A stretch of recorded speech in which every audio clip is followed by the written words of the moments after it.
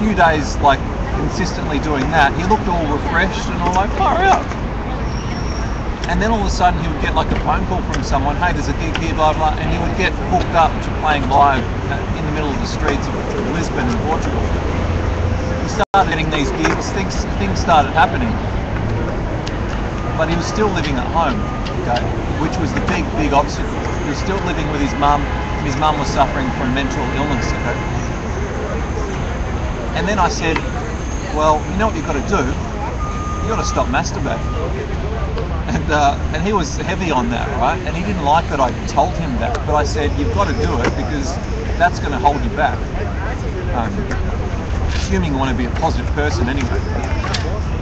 And he stopped doing it. 2 weeks later, he met a girl who eventually, like a few more weeks passed, now he's living, he moved out for the first time in his whole life. He moved out of his mother's place. He's living with her and her friend. I've been there. It's an awesome place. It's like a little sanctuary, spiritual little home in the like, it's a cozy home in like this village in the countryside, you know. He's living there. He's got all these gigs lined up. He's earning money now. Before he was dirt broke. So when you change these little things, you become who you want to be. But a lot of people don't want to make those changes, you know. I eat meat. I tell him he should eat meat, but he hasn't gotten that far yet. But he's tired a lot of the time, you know. No, I got kind of distracted with this peace movement and the anti-system movement in this country for the last 50 years, like 50 years. And look at the government, look at the wars. We're going worse and worse after so many millions marched and yelled and screamed. And so People need to change themselves. So they don't want to change themselves, but they want They want to be an activist. They want government to create them like a baby is ask parents for things, you know. Yeah. Like they scream around and even threaten the parent and yeah, I burn the house, I kick you, I do everything. Yeah. You have to give me this and that, I need that, I'm hungry, or this and that, right? Yeah. So baby parent, like infantilism, infant. Like we're acting like protest, actually acting like infants, and it's called infantilism. Even if millions march, as long as the parent, the government, of course behind the scene 1%, as long as they think it is not now, it's not time yet, nothing happens. Yeah. When they think it's right time, then it happens, right? So some people think that Trinity Church should act like parent. You know, Trinity Church in downtown, which is the richest church, right in Wall Street. I didn't know that. Yeah, that's the biggest real estate owner in this country. Their real estate origin, the history comes from the king, queen, whatever. In those old times, you know, they got the what do you call it? Donation from the palace. You know, the palace donated that land in Manhattan, the biggest land. Why? Because they already robbed the indigenous people, rob and genocide, so they need spiritual backup, religious backup. And they just said, hey, you know, we already robbed the land, I give a piece to you, and I get your spot, your backing, go ahead. So now, like a little infants, we're asking the church, like the parent, do something for us. But we don't want to we don't want to change ourselves. Like same infantilism. So same babyishness. Yeah, I don't like to deal with people who aren't prepared to change themselves. Huh? I don't like to work with people who, or to deal with people who aren't going to make changes themselves, aren't going to improve. No, all the protest supporters, you know, people who really get crazy for protest. Yeah. They're all, you know, they don't even realize. They all expect the ruler, the authority, the parent, Yeah. make the change for them. They don't, for example, they, huh?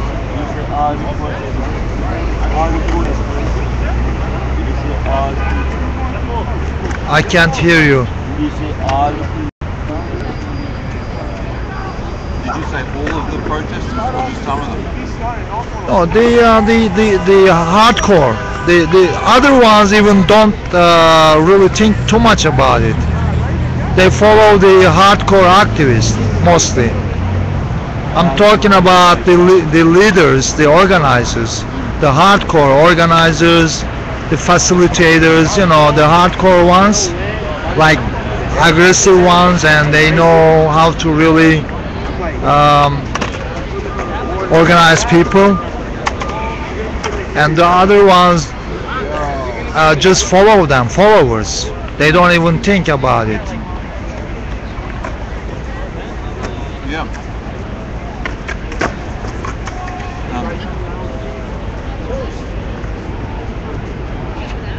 Yeah, well, the majority don't know, you know, the majority do not know.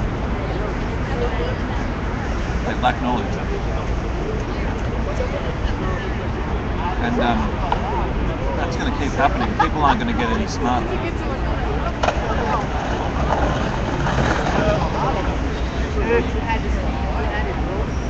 You know, Gurdjieff, one of my favourite mystic authors, he said that the problem of mass stupidity is because of overpopulation. He said there's only a certain amount of knowledge to go around. Knowledge is a material substance on this planet. And he said there's not enough, there's too many people to absorb all that knowledge. If you distribute the world's knowledge among everyone, then everyone just gets a little bit, almost nothing. But if you concentrate all that knowledge amongst maybe 1,000, 2,000 people or however many, then that's 2,000 knowledgeable people, and then the rest are idiots, they don't know anything. But he said that knowledge is like that, and because of overpopulation, the world cannot be all knowledgeable and all smart, so the majority are always going to be idiots by scientific law, according to him. You know. Could that boil down to how fast people are while growing? So, How fast they have been taught to really know it, look at the point. yeah, what they teach in schools, that's just theory. Now, once those super babyish, aggressive organizers get ahead of people and gather big masses, rallying and screaming and protesting, everybody believes that they're gonna create a big change because, you know, they're really tough on the, like, I'm gonna kick you, mama. Yeah. If you don't give me what I want, I'm gonna kill you. I'm gonna burn the house. You gotta do it. So they really expect that, you know, things happen just like that. Yeah. And then once mama calls daddy, hey, I need some backup, then daddy comes and start kicking around and then hurting the kid. Then the kid is now, let's say his finger is broken. Now all he knows is his finger now. He forgets everything else. Let's say he wanted a nice bike. Now bike is used closed. Now it's all about the broken finger. Right? Now issue is like reduced to something else.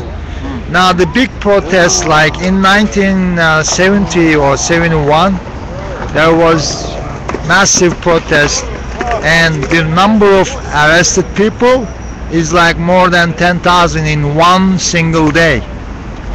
It's a lot of police to handle that. Yeah. At this country, they have it. If they are short, they call National Guard Yeah. without question, no problem. They come and help you sweep the protesters. And then after 10,000 arrested, so everything is focused on now how to get them free. Yeah. Everything else is forgotten, right? Now, how are we gonna get these people back?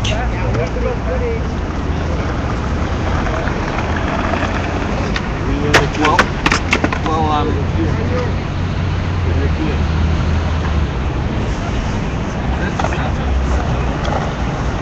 the way they employ the NYPD and in general the police officers,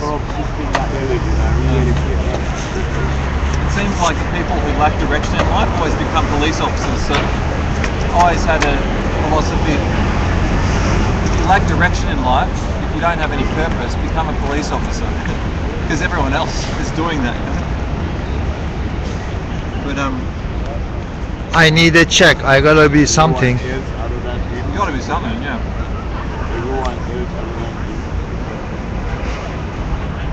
So yeah, let the police be, let the politicians be, let them destroy themselves, let them do their thing, let them live their lives.